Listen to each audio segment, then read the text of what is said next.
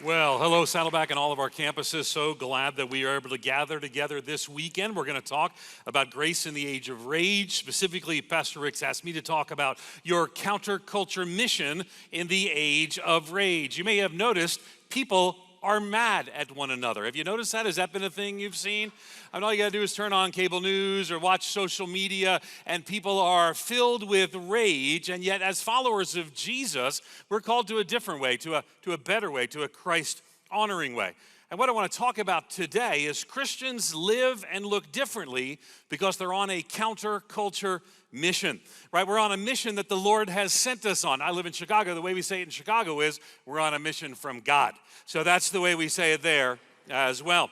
Now, again, as we're going to see later, this mission is to tell the truth and to love the people, to tell the truth and to love the people. Many of you have launched or are launching your small groups using the resource I put together with Andrew McDonald called Christians at Our Best. And in there, we're going to kind of walk together through what a better way looks like. To do that today, I want to talk about three big ideas, really zeroing in on the second. But let's take a look and walk through this together. If you have your note sheet, you can take it out. If you're worshiping with us online, you can follow along there as well.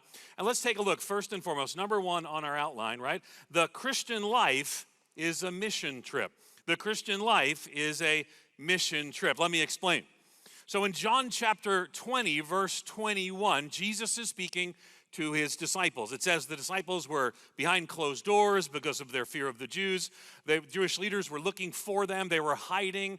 They were unsure of the future. Jesus had died. The resurrection had come, but not everybody was sure. So he appears to them behind closed doors.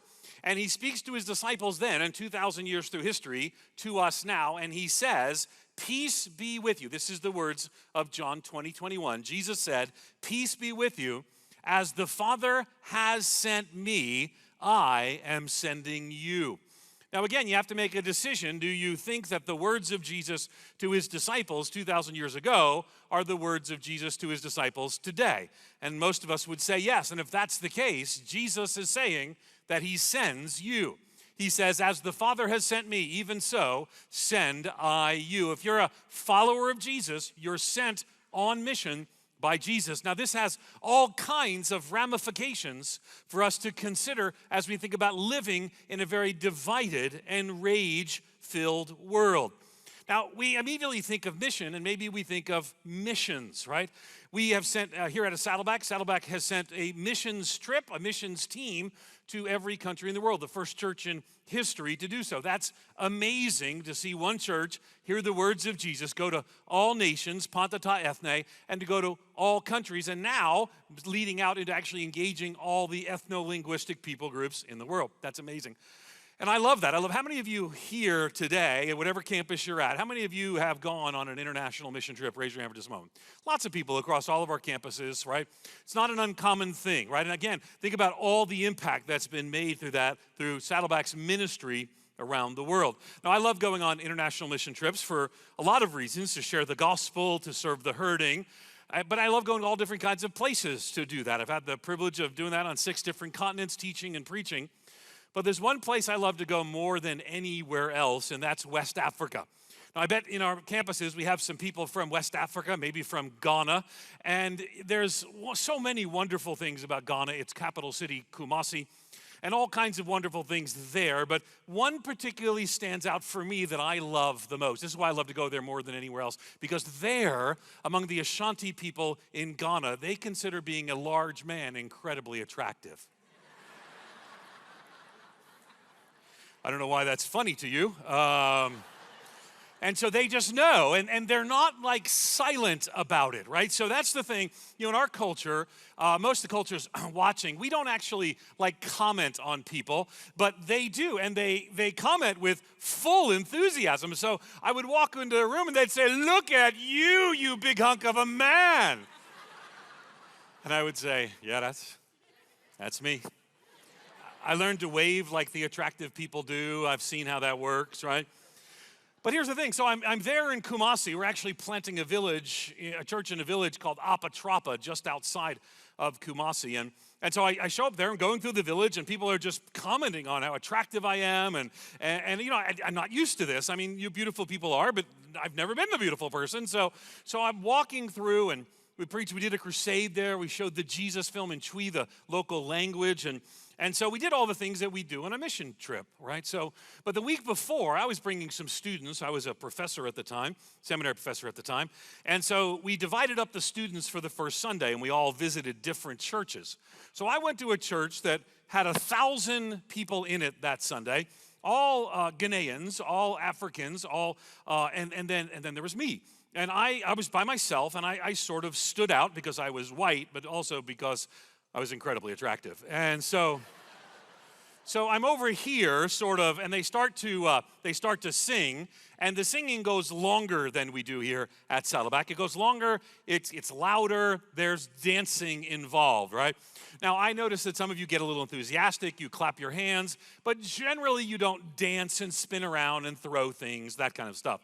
But that's all what they're doing, right? So I'm not really ready to be dancing because of, what the Bible says. It's 2 Opinions, chapter 4, verse 11, says you don't want to see Ed Stetzer dancing. And so I'm kind of clapping and moving one leg like some of you would do when you get excited. And so it's working fine. I'm not standing out other than for being attractive, and until they come to the time when they take up the offering. Now, you probably may know this if you've been on a global mission trip, but a lot of places around the world, they don't pass the plate. They actually place offering stations up front that you then bring up because they read the scripture. It says if you're presenting your gift there at the altar. Well, here, they actually brought a barrel, a large offering barrel up front, right in the front of the church, 1,000 people. And I'm sitting over here, and I'm realizing there's no way that I'm going to not be noticed if I have to, because I know what they're going to do. They're going to dance up to the offering barrel. Now, here's the problem. 1,000 people can't simultaneously dance towards anything, but they got a plan. People are smart. Their plan is a 1,000-person dance conga line that weaves up and down every row of the church. But I'm thinking, I'll just go right from there real quick. I find out I'm at the end of the line from where I sat. So I started dancing, right? And I'm dancing throughout the entire offering time, which is not a short amount of time. And again, here's my challenge. I don't know how to dance. I did grow up in the 70s, so my dancing actually involves a lot of pointing. So I kind of pointed my way through the offering. John Travolta was mortified. And so I finally did it, and I got there. But here's the thing. I was willing to get uncomfortable because I was on a mission trip. Many of you raised your hands, and you went to strange places that people's, the talking distance is closer in some cultures, or sometimes people hold hands that don't hold hands in our culture, or maybe they eat foods and you were told you got to eat everything that's presented to you, and you're willing to do it because you're on a mission trip. But if Jesus' words are true, and he said, as the Father has sent me, even so send I you, then your life is a mission trip. And part of what it means to be on a countercultural mission means to get uncomfortable sometimes for your Christian faith. Are you following me? So the Christian life is a mission trip. So how do we respond? Well, our response is actually laid out earlier in the pages of Scripture in the book of Isaiah, where Isaiah says this. He says, "Here I am, Lord, send me." Jot that in your notes. "Here I am, Lord, send me." Now, I know you're jotting that in your notes, but could you say it out loud with me together? It's good for us to say these words. Let's say it together. "Here I am, Lord, send me." One more time, all of our campuses. "Here I am, Lord, send me." Now, that's part of what Class 401 is for here at Saddleback. It's about discovering your life mission. But what I want to say to you is this, right? I want us to discover our life mission, but in doing so, one of the things you will discover, it's not that your life has a mission, it's that God's mission has your life. In other words, you're saying, "Lord, I'm yours. Here I am, Lord, send me." It's not just that your life has a mission, it's that God's mission has your life. So Christians look, right? They live and look differently because they're on a counterculture mission. That's what we're going to see today, right? Christians live and look differently because they're on a counterculture mission. Which leads us to number 2 in our outline, and really the place I want us to dive in a little bit deeper. Number 2, right, is simply this: Christians live and look differently. Christians live and look differently. Now, this matters here. Now, Pastor Rick, he emailed me and shared with me some of what he wanted to share, which is interesting to me because, I'm been around enough. I'm old enough to remember when I used to get messages from Rick Warren across something called CompuServe. Now, for those of you who don't know what that is, it's for the best. It's gone now, but some people have kept their CompuServe address as sort of a thing from the past. But so when I got a note from Rick Warren, I wanted to know, what does he want me to talk about? Here's what he says. He writes me: the big idea I want to get across here in this message series: as our culture becomes more broken and sick, the more counterculture we become, the more attractive we will be. Rather than trying to be like the culture to attract people, what is attractive today is really something completely different. In a society of anger, division, racism, polarization, meanness, rudeness, fear, disrespect, and hopelessness, the Christ-like values of peace, unity, kindness, compassion, courtesy, respect, they shine even more. Now, I was struck by the line in the email that he sent me, is that I wanted our churches to be counterculture. Here's why. Because when I was a young pastor, and the thing that I remember learning first from Rick Warren was we needed to be culturally relevant. So now he sends me an email saying, well, I want to talk about being counterculture. So how can both of these things be true? So, I'm in the mid-90s and I'm planting a church in Erie, Pennsylvania, right? And so I'm getting these cassette tapes from Rick Warren. Some of you may remember cassette tapes. They're plastic and they have little wheels in them and a little tape. They're amazing pieces of artifacts today. And so I'd get these tapes and I'd learn from Rick Warren to be culturally relevant. Now, I don't think I was always paying attention to him. I just knew I wanted to be like him. I wanted my church to be like your church. So here I was in Erie, Pennsylvania, and I bought myself, you guessed it, a Hawaiian shirt. Now, Rick hasn't worn an Hawaiian shirt in a long time, but I got myself an Hawaiian shirt, and I threw away my socks because I needed shoes without socks. And I started a church in Erie, Pennsylvania. So I still remember going up to somebody's door. He was a United Auto Workers Union member. I remember parking my Nissan Sentra in his driveway. I was new. It was the late mid-90s, and I got out of my car wearing my Hawaiian shirt and my shoes without socks in Erie, Pennsylvania, which gets, by the way, 10 feet of snow a year on average. So I walk up to his house. It's a little cold, but I know I just wanted to do what Rick Warren had done, and I rang the doorbell. Rob Strain was his name. He opens the door. He looks at me, and he looks at my shirt, and he looks at my shoes. Then he looks out into the driveway and says, "You're not going to park that foreign car in my driveway, are you?" And I realized I had a lot to learn about cultural relevance in Erie, Pennsylvania. See, the thing is, though, that's a lot of what I learned. But here's the thing I don't want you to miss. In 2019 and beyond, what we are recognizing is we are not going to engage the world well if our only strategy is cultural relevance. And of course, that would have never been what Pastor Rick was saying we should only do. But here's the thing I don't want you to miss. Today, what we need is culturally relevant, counterculture Christians. Let me explain what I mean by culturally relevant counterculture Christians. See, some churches, the people kind of look different than the world, but they live just the same, right? You can go in and it just looks different, and okay, that's great. I want Saddleback and all churches to be culturally appropriate, right? My doctoral work is in missiology. I'm a missiologist. I help missionaries learn how to engage cultures and to have cultural appropriate expressions of church. So I want a church that's culturally appropriate, but living and looking a different way. That's culturally relevant counterculture. See, Christians live and look differently because they're on a counterculture mission. We look similar in some ways. If the world were to look into the windows at all of our campuses across Saddleback, they might say, those kind of look like my neighbors. there's some similarity between them. They maybe look like me in some ways, but we look similar, but we have to live radically differently. And here's the heart of what I want to talk about today.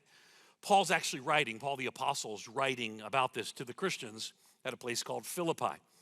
And here's what he told them. Here's what it says. It says, do everything without grumbling or arguing. And that means you got to basically go off Facebook right there. That's what that means. It doesn't. Do everything without grumbling or arguing, so you may be blameless and pure, children of God without fault in a warped and crooked generation. Then you will shine among them like stars in the sky as you hold firmly to the word of life. Let's dig into that passage. It's a beautiful passage and an important reminder as we look to the brokenness and the division of the world around us, right? So as people on mission, right, we've got a mission. We're joining Jesus on his mission. John 20:21, he has sent us on mission. We are now living counterculturally, and this passage gives us three ways inside this passage to live and look differently.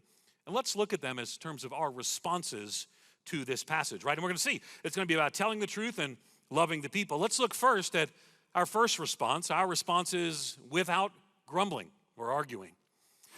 Now, when I said you would have to get off Facebook, I mean, part of the reality is we live in a world where conflict, grumbling, and arguing has been escalated by, among other things, social media.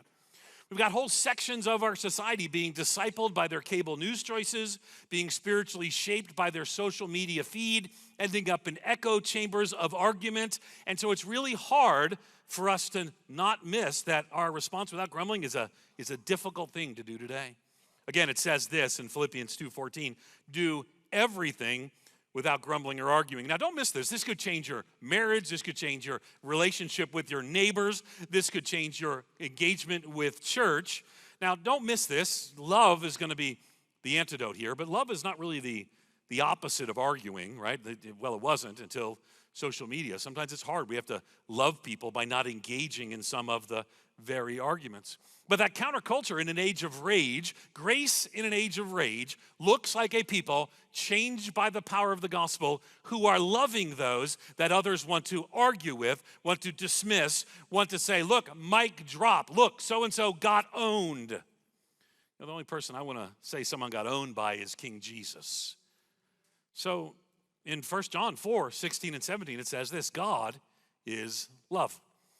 And all who live in love live in God, and God lives in them. And as we live in God, our love grows more perfect. What a beautiful way to put this.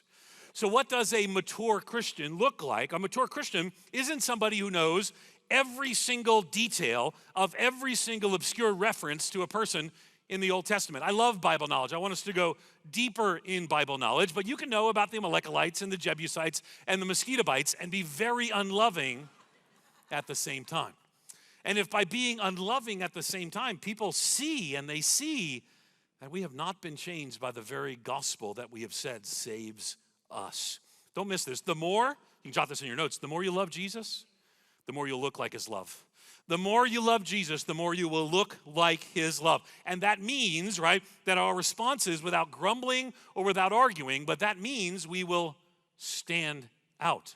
In fact, that's our second response here in Philippians chapter 2. It says that we're going to stand out. Our response is standing out. You can jot that in your notes. Standing out.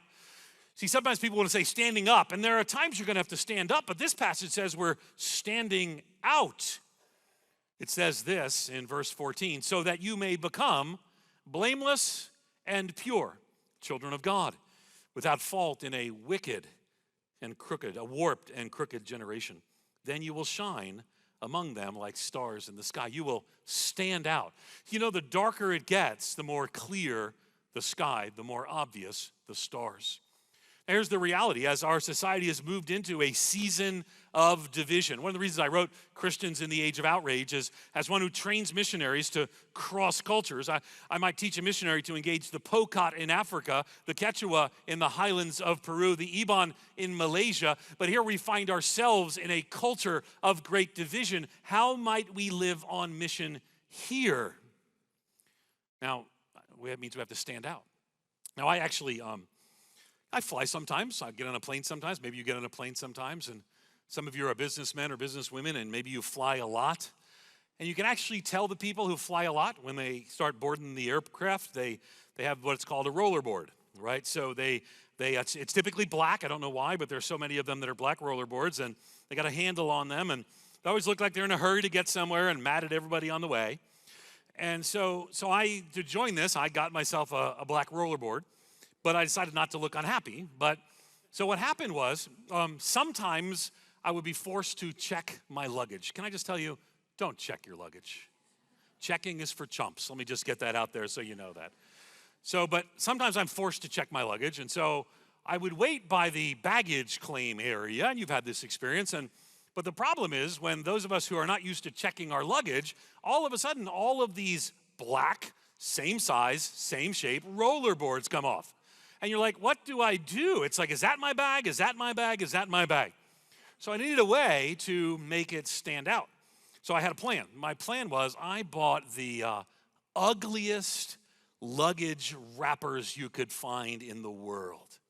My handles are this horrible color of green. I put some colors across the front on one of them. And so here's what happens now, right? So I'm waiting, and I don't rush up. Why would I rush up?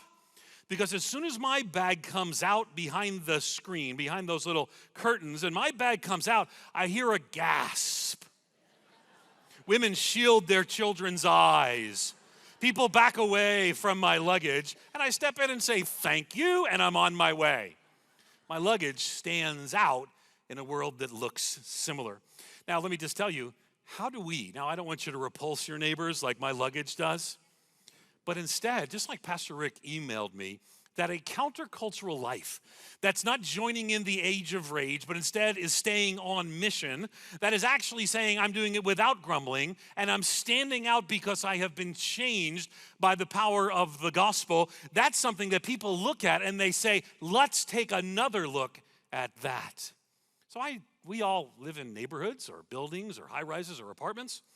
And sometimes they look like a baggage claim area where the house and a house and a house and a house. So my hope and my prayer is that when people think of your house, they think of, or your apartment or your condo or wherever you are, that they look and say, there's something different about those people. They stand out. See, that's the Christian call. What we need today is not Christians who are angry and upset. We need Christians who are shaped by the power of the gospel without grumbling or arguing, who stand out and they shine like stars in the sky. There's a beautiful passage in Romans where Paul's writing, and here's how it's kind of explained in the Message. Let me read it to you. It says, "Don't become so well adjusted to your culture that you fit into it without even thinking." You see, that's what happens, right? The world is trying to divide us into camps. And these people don't think like these people, and these people don't think like these people. And you're not supposed to talk to one another. You're supposed to be mad at one another. And the only times when you talk to one another are some expression of frustration and anger. Don't become so well adjusted to your culture that you fit into it, even without thinking. That's the age of rage that we don't want to fit into. Instead, it says, fix your attention on God. You'll be changed from the inside out. Readily recognize what he wants from you. Quickly respond to it.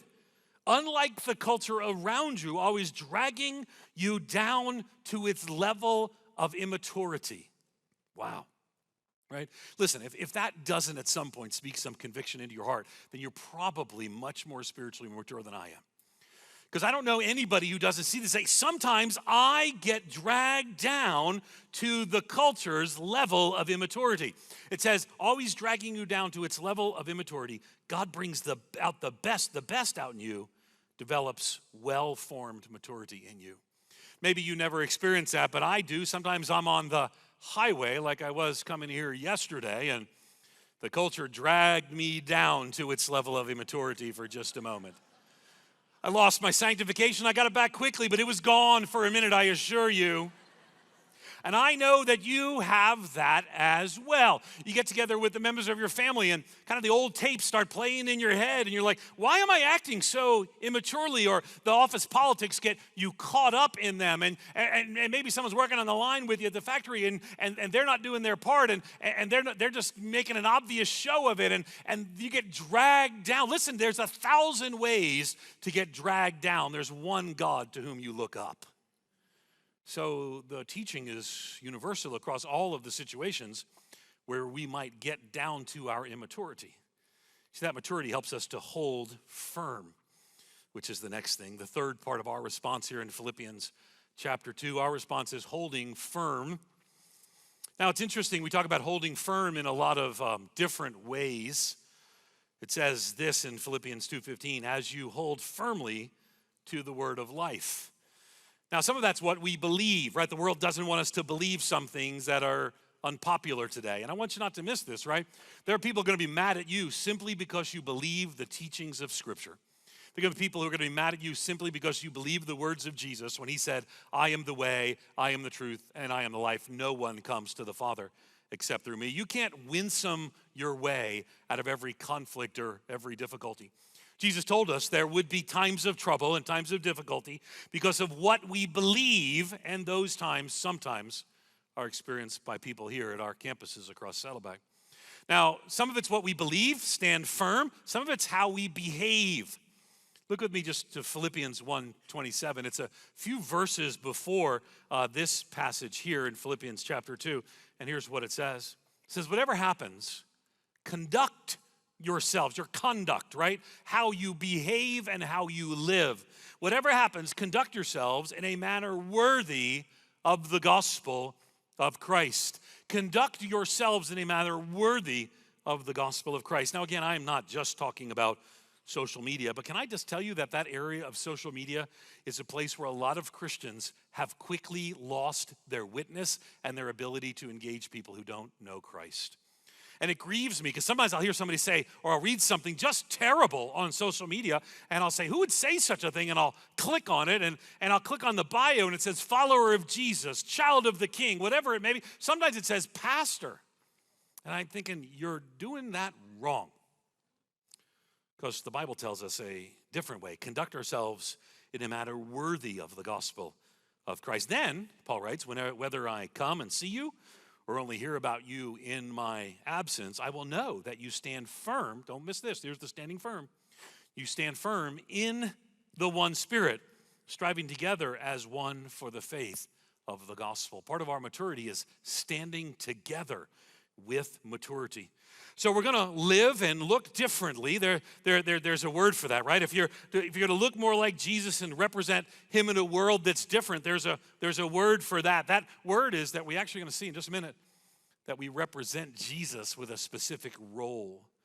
Now again, Christians are to live and look differently because they're on a counterculture mission. And this reminds us that counterculture mission is that this is not our home. This is not for us in its fullness.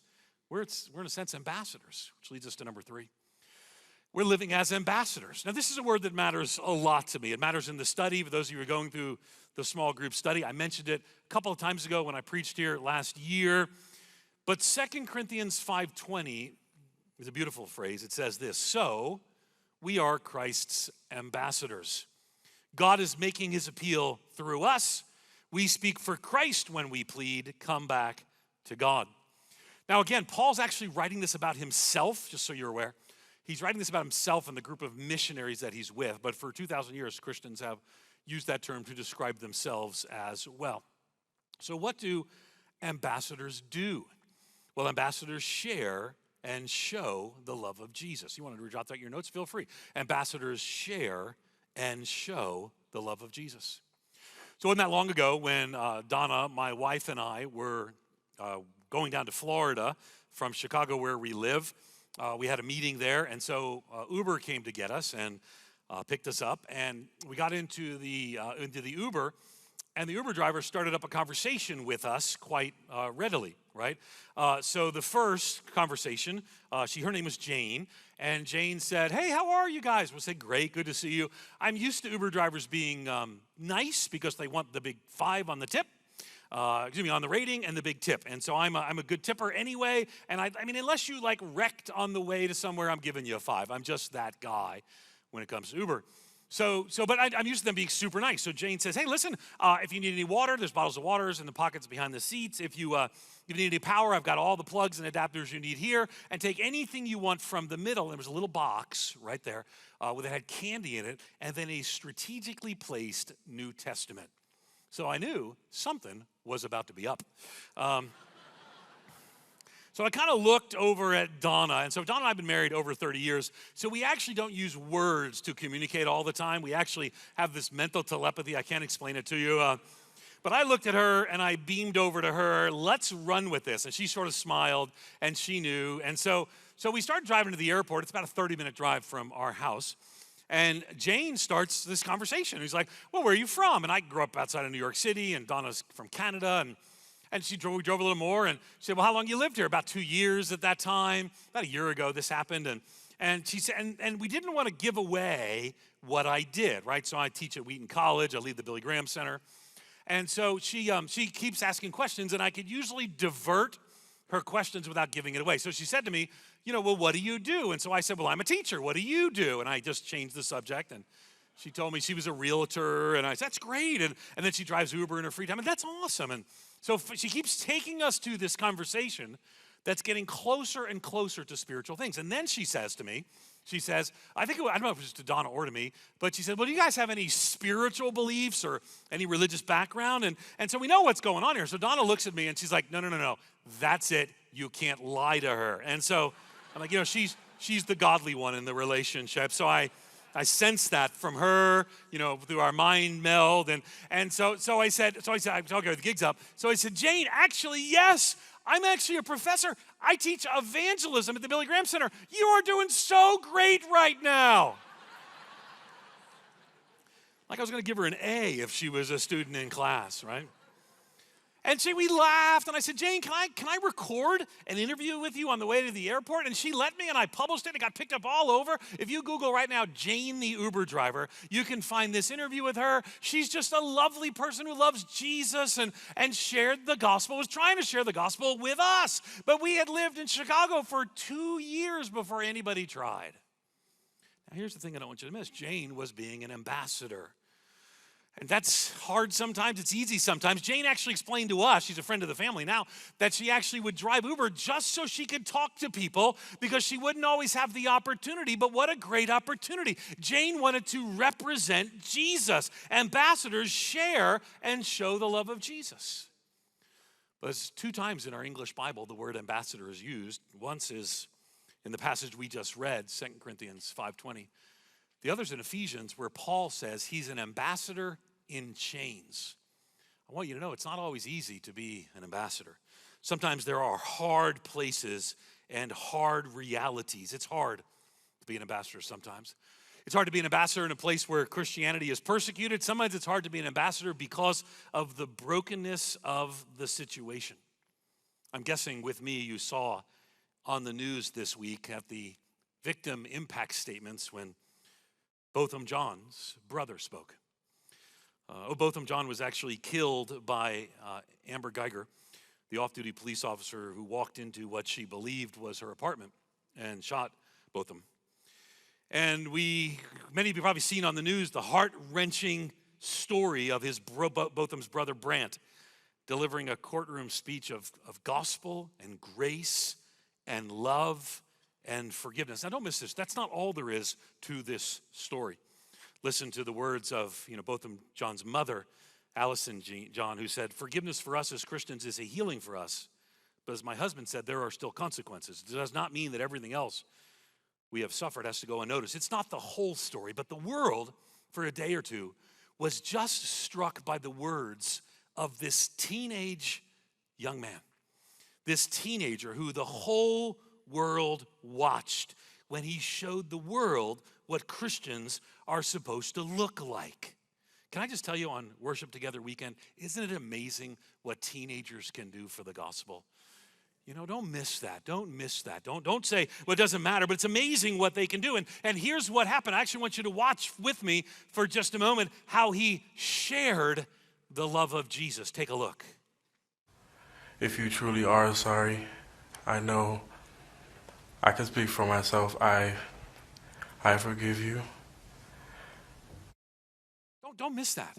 So this is a moment that the whole world would see. So he shared the love of Jesus. He actually explains the gospel, that you can be forgiven of your sins. You can actually be forgiven of all the wrong that you've done. And this is to a woman who shot his brother. And so he shares this 18-year-old young man. But it doesn't end there. He didn't just share the love of Jesus. He showed the love of Jesus. Take one more look.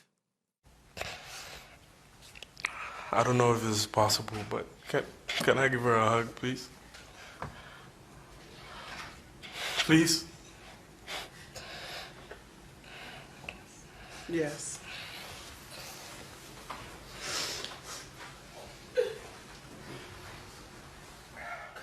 What inspires a young man who just went through a trial, the trial of the person who killed his brother, to get up on a stage, on a platform there, on that seat where he would testify and say, I forgive you, Jesus will forgive you just like he has forgiven me. And he shares the love of Jesus, but then he takes another step and he says, can I give her a hug? Can I show the love of Jesus? Now that's not the whole story. I told you there's more to the story, but he says, can I give her a hug? And to see that embrace, to watch news anchors not know how to respond, to watch neighbors sit there in awe, to see this is what it looks like to be an ambassador in those hard times. And if Brant John can share and show the love of Jesus after his brother is killed, you can do so in the circumstances you find yourself. You can do so with your family. You can do so with your friends.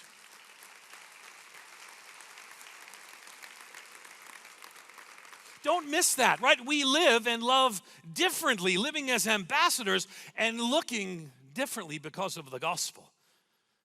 And we saw that in front of the whole world with an 18-year-old young man who said, let me show you what sharing Jesus looks like and showing his love looks like. And if he can do that, can't you, in the midst of his pain and hurt, can't you, Christians, live and look differently because they're on a counterculture mission? How do they look? I want to end with one final point. Christians look like, number 4, impious Galileans. Now, stay with me. I'm going to explain. Impious, what does that mean? You know, Christians were accused of not having piety because they didn't follow the gods. They didn't worship the gods. Sometimes they were called atheists because they didn't believe in the gods. They believed there was one God. See, 1 John 4:19 explains the kind of people that Christians were in that first century, but it goes on from the first century to the second, third, and to us. In 1 John 4:19, it says, we love because he first loved us. You may be under the impression that the early church explodes in the first century, that it grows to millions in the first century. That's actually not what historians and missiologists teach or think. It actually comes later on, some in the second, particularly the late second and mid-second to late second to the early third century, because of some things that Christians start doing. For example, there's a plague. It's called the plague of Cyprian. Cyprian did not have the plague. He described the plague, but we didn't know much about it, so now we call it, poor Cyprian, we call it the plague of Cyprian. So a devastating plague hits the city of Carthage, and a leading Christian leader there, the bishop, is named Cyprian. And Cyprian, having seen the disease, and let me tell you how people act in plagues back then. They burn the bridges into town. They burn the homes of people who are sick. They respond by doing anything they can to protect themselves. So Cyprian instead gathered the Christians, the persecuted Christians, into the center of town in 252 AD. And he said to them, if we're going to do what Jesus did, so that through his poverty we might become rich, I call you to give personal and financial aid, care, and comfort to all according to their need, not according to their faith. He took people that were opposing the Christians, that were persecuting the Christians, that weren't the Christians, and he said, we are going to care for the sick. We're going to share and show the love of Jesus. It was a radical idea in 252 AD. So about a century later, there was a Roman emperor. His name is Julian the Apostate. Now, his mother didn't name him that, just so you know. Didn't look over and say, look at my beautiful son, Julian the Apostate. He was called the Apostate because Christianity was becoming more powerful, and some of the emperors were followers of Jesus, and then they weren't, and then they were. And so Julian tried to stop the advance 100 years later of the Christian faith. He was upset. He was bothered that the Christians kept winning people to their faith. And he wrote of them, he said, whilst the pagan priests neglect the poor, the hated Galileans, those followers of Jesus, he called them in the mid-300s, those hated Galileans, he said, devote themselves to works of charity. These impious Galileans, he wrote, not only feed their own poor, but ours also, welcoming them into their agape, into their love. Here's the thing I don't want you to miss. 2,000 years ago, Jesus showed us what it looks like to sacrifice. He gave of himself, dying on the cross for our sins and in our place. That is the gospel that saves us and frees us. But it frees us so that you can share and show the love of Jesus today. To tell the truth to people. That's what Brant John did. He told the truth and said, you need Christ, to the woman who killed his brother.